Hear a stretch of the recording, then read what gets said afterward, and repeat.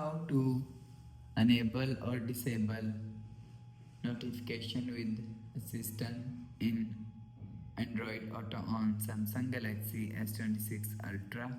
So let's start the video. First of all, go to app library. Now here, so click on settings app. Now in settings, scroll down and search connected devices. So you will see second option is connected devices. So click on connected devices. Now here scroll down and click on Android Auto. So after click on Android Auto, scroll down and you will see notification with assistant is here. So if you want to enable notification with assistant, so turn on this button.